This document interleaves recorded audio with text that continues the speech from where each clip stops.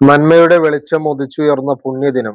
അന്ധകാരത്തിൽ മുങ്ങിയിരുന്ന അറേബ്യൻ മണ്ണിലേക്ക് കാരുണ്യത്തിന്റെ പെരുമഴയായി, സ്നേഹത്തിന്റെ വക്താവായി പ്രവാചകൻ മുഹമ്മദ് മുസ്തഫ സ്വല്ലല്ലാഹു അലൈഹി വസല്ലം ജനിച്ചു വീണ ചരിത്രപരമായ സുദിനമാണ് റബീഉൽ അവ്വൽ 12.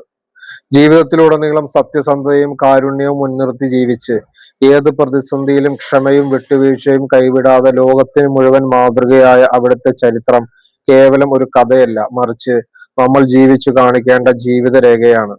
അടിമത്തത്തിനും അനീതിക്കുമെതിരെ ശബ്ദമുയർത്താനും, സഹജീവികളോട് സ്നേഹത്തോടെ പെരുമാറാനും, കോപത്തെ അടക്കി ക്ഷമ കൈകൊള്ളാനും അവിടുന്ന് നമ്മെ പഠിപ്പിച്ചു.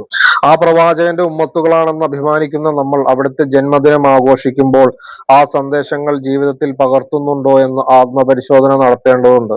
വാക്കുകളിലല്ല, പ്രവൃത്തിയിലൂടെയാണ് അവിടുത്തെ നമ്മൾ പ്രണയിക്കേണ്ടത്. പകയും വിദ്വേഷവും മാറ്റിവെച്ച് എല്ലാവരെയും ചേർത്ത് പിടിക്കാനും, മാതാപിതാക്കളെയും അനാഥരെയും കരുതാനും, സത്യസന്ധമായി ജീവിക്കാനും ഈ ശുഭദിനത്തിൽ നമുക്ക് ദൃഢപ്രതിജ്ഞ ചെയ്യാം.